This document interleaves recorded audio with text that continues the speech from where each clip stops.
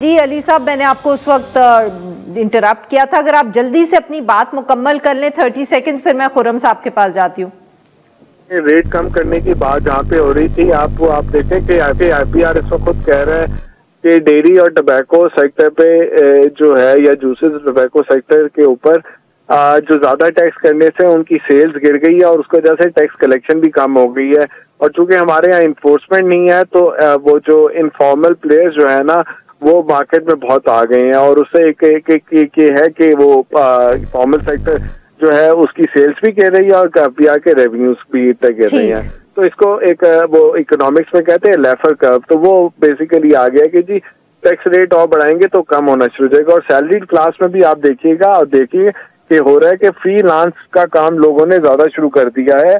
और इस वक्त कॉर्पोरेट जो पाकिस्तान में ऑपरेट कर रहे हैं उनको को नौकरी किसी को जब ऑफर करते हैं तो वो पैसे ज्यादा मांगता है, क्योंकि वो जो अगर किसी और कंपनी जो बाहर एक्सपोर्ट कर रही है और बाहर से पैसे उसको भेज रही है थ्रू रेमिटेंस, वो थोड़े पे कर लेती है। तो मेरे ख्याल में IPR को इन चीजों का पता है, तो रेट अभी फिलहाल और बढ़ा के कोई फायदा नहीं होना। बिल्कुल ये मैं बात कर रहा था। जी खुर्रम साहब, अली साहब ने भी उसका जिक्र किया है। ऑब्वियसली ये भी आप जो बात मुस्तकिल हो रही है कि हुकूमत ने जो कमिटमेंट्स की थी IMF से कि एग्रीकल्चर टैक्स लगाएंगे या रिटेल को टैक्स नेट में लाएंगे, वो उसके ऊपर कोई खास कामयाबी नजर नहीं आ रही। बल्कि ये भी हमने देखा है कि जब भी कोई IMF का वफ्द आने लगता है तो उन्हीं दिनों में जो सूबाई हुकूमतें हैं वो कानून पास कर देती हैं एग्रीकल्चर टैक्स इम्पोज करने का, मगर कोई हमें मालूम नहीं है उसके बाद कि क्या वो टैक्स इम्पोज कर भी रहे हैं कि नहीं, या ये सिर्फ कानून साजी तक ही मामला फंसा हुआ है।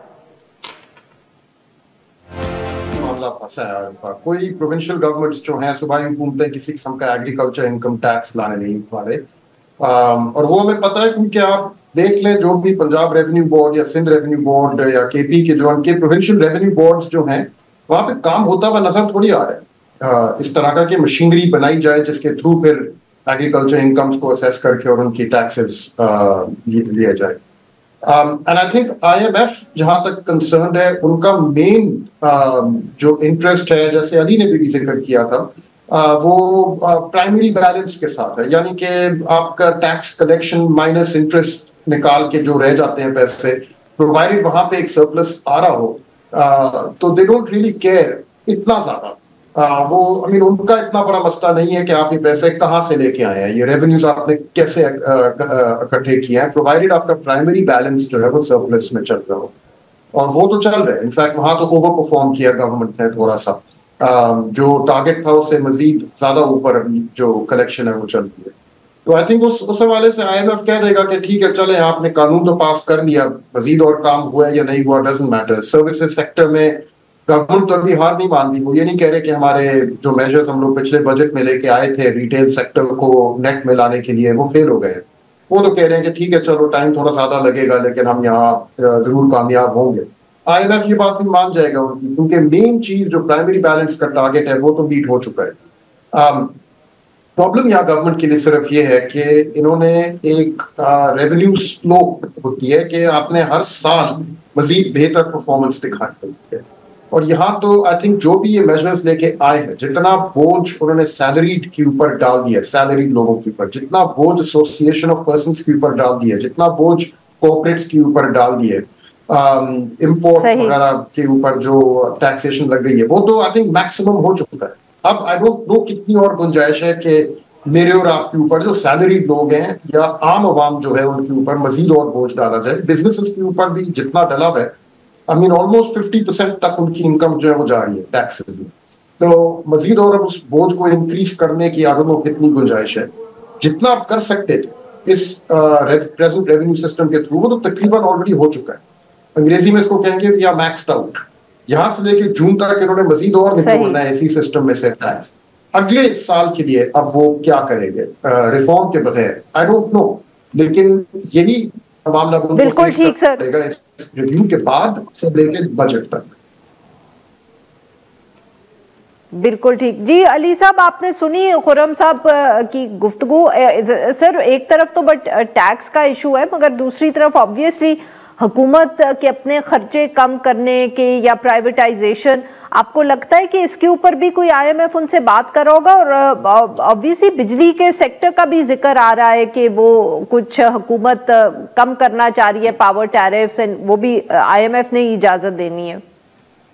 जी बेसिकली देखिए खुरम, मैं अभी एक ही बात कर रहे हैं कि अगले साल के बजट के अंदर क्या करेंगे, क्योंकि जिन सेक्टर्स पे आपने टैक्स लगा दिया उनसे आप ले नहीं सकते, तो जहाँ पे आप आपने मतलब जिनको आप नहीं टैक्स लगाते अब आपको फाइन भी उन पे लगाना पड़ेगा, वरना आपके टारगेट मीट नहीं होंगे। अच्छा जी, दूसरी बात ये कि आपने जो बिजली के सर्कुलर डेट की बात की है, देखें कि बिजली के अंदर एक तो इस वक्त देखें, इस वक्त एक टेलविंड चल रही है पाकिस्तान के साथ कि जी इंटरनेशनल कमोडिटी प्राइसेस, खासतौर पे ऑयल और बाकी जो ऑयल के साथ दूसरे कोल और दूसरी जो इस तरह की चीजें होती हैं, उनकी कीमतें बहुत सिग्निफिकेंटली गिर गई हुई हैं। और चूंकि जो जिस तरह से ट्रम्प वो टैरिफ लगा रहे हैं यूएस के अंदर, तो उससे वहां पे यूएस में एक रिसेशन आता नजर आ रहा है। वो उसकी वजह से वो प्राइसेस और भी गिरती नजर आ रही हैं। तो ये जो प्राइसेस गिर रही हैं, ये पाकिस्तान का इंपोर्ट बिल जो है, चूंकि डिमांड थोड़ी बढ़ रही है, उसकी वजह से इंपोर्ट बिल बढ़ रहा है, लेकिन उसमें थोड़ी सी जो है ना कमी रह जाएगी। और आप ये देखेंगे हमारी इन्फ्लेशन भी जितनी गिर रही है, जो एक्सपेक्टेशन है उससे ज्यादा स्पीड से गिर रही है, जो आपने अपने इंट्रो में बताया भी था।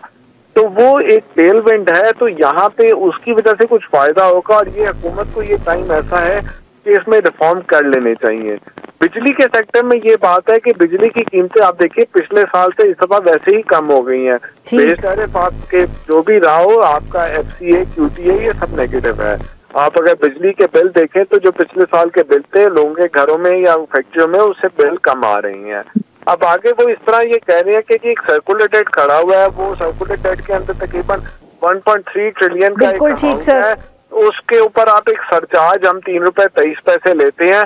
अब वो बैंकों को आज भी बुलाया हुआ था इन्होंने, मिनिस्ट्री ने और टास्क फोर्स ने, और बैंकों को वहां डंडे के तौर पे जिस तरह आईपीपी के साथ किया था, वहां पे कहने हैं कि जी 8% पे सकूक ले।